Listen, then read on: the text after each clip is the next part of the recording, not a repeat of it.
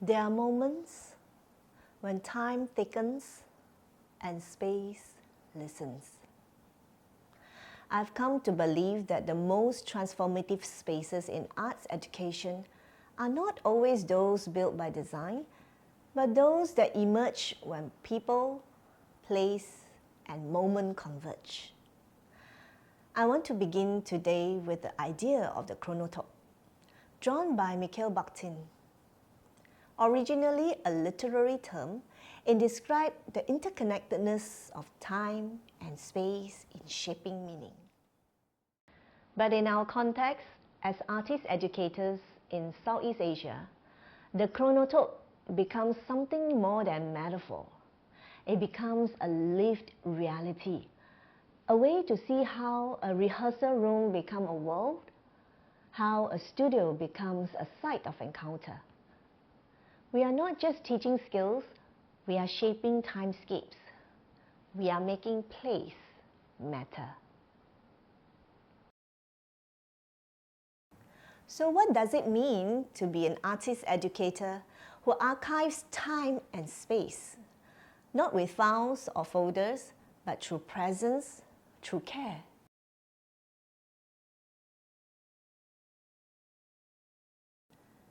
When we first initiated the Chronotope Lab, the intention wasn't to build a permanent program. It was to create a responsive ecology, a space where students, alumni, and lecturers could co-create in a spirit of experimentation. Here, students learn from teachers and alumni authentically. Teachers experience the growth of their students and alumni reconnect and expand their creative networks. It has catalyzed 26 diverse projects: digital arts, film, exhibition, publications, performances, community engagement, and experimental forms. These projects involve students who work closely with mentors, forming teams to produce meaningful artistic outcomes. This model of collaboration transcends classroom learning. It cultivates trust and care, and deepens a shared sense of artistic purpose and identity. Over time, this lab evolved into what we now call the Collaborative Lab. But at its heart, the function remained the same. It is to hold space, to honor process, to archive through relationship in teaching and learning. French historian Pierre Nora once described lieu de mémoire, site of memory, as spaces where memory crystallizes and secrets itself. I believe the Collaborative Lab has become such a site. Here in Collaborative Lab, memory is not stored, it's activated. Each collaborative moment becomes part of what I call a living archive, not static, but dynamic, breathable, repeatable in spirit and in form.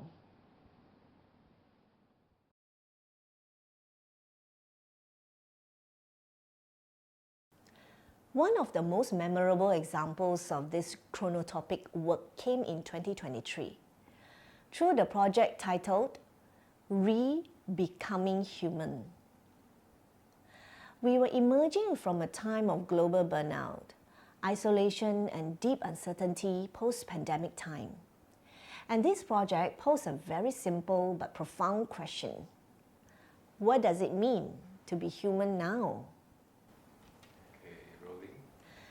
The collaborators were lecturer, student, and alumni. Each brought with them their own urgencies. But what emerged was a collective spirit. The project unfolded through storytelling, installations, and exhibition. It was deliberately slow. It resisted the pressure to produce. Instead, it listened. One collaborator said during an interview sessions about the process of this project really struck me. She said, "I can know about our mentor is thinking about, the way he thinks about life, also gave me some idea about how can I move forward with other projects and maybe my life.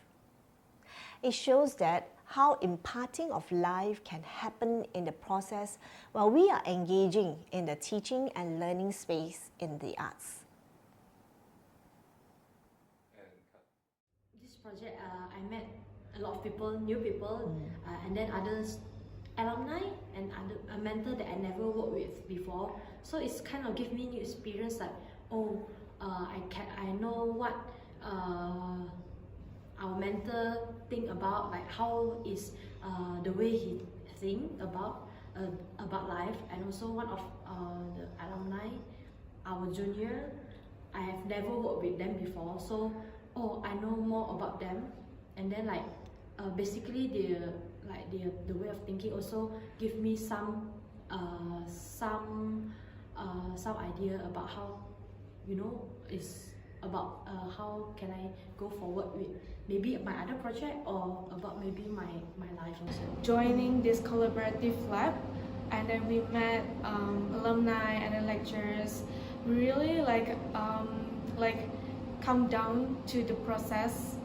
In reality, it's more like we need to have plan A and plan B and so on. There's no such a very smooth plan. There's always a lot of plan to make all the vision to be reality. Yeah, so joining this collaborative lab, I become communicate better with other people, especially sharing my creative inspiration and ideas. I think the most important values that I learned from this collaborative lab program, and also the one that I kept reminding myself, is I'm not responsible only to myself, but also to the rest of them and also to the other people. And that values itself has helped me go through and go past beyond all my hard times. When I thought of maybe I would just quit, maybe I couldn't go on forwards, but I kept reminding myself that if I quit, what will happen to the rest of them? So that helped me grow from that. And the second will be to be able to see the potentials that lies behind each of the artists and to push them to be able to achieve those potentials. I guess my experience has been quite heartwarming, especially knowing that two of the students who are involved in the exhibition were my former students. So having to see them grow into this very responsible adulthood period where they are able to organize an exhibition on their own, I guess it makes you feel a sense of fulfillment as a teacher or as a lecturer. Any valuable learning points for yourself? I would say when I was observing how they were organizing the exhibition, again it taught me very fundamental aspects of being an artist or being an educator, is to constantly work with others well, and also having this drive to kind of fulfill your dreams if you have one. Re-becoming human was not just a project. It was a chronotope. The right people, the right place, the right moment. And in that convergence, we saw that a living archive of humanity could look like. Through working together in this project, they learned to communicate, take responsibility, and impart life. What was archived through this process? Not so much of the objects, but empathic shifts. Not outcome, but ways of being together. Because what is being archived here isn't just artifacts, it's care work. It's the invisible labor of tending to people, time, and meaning.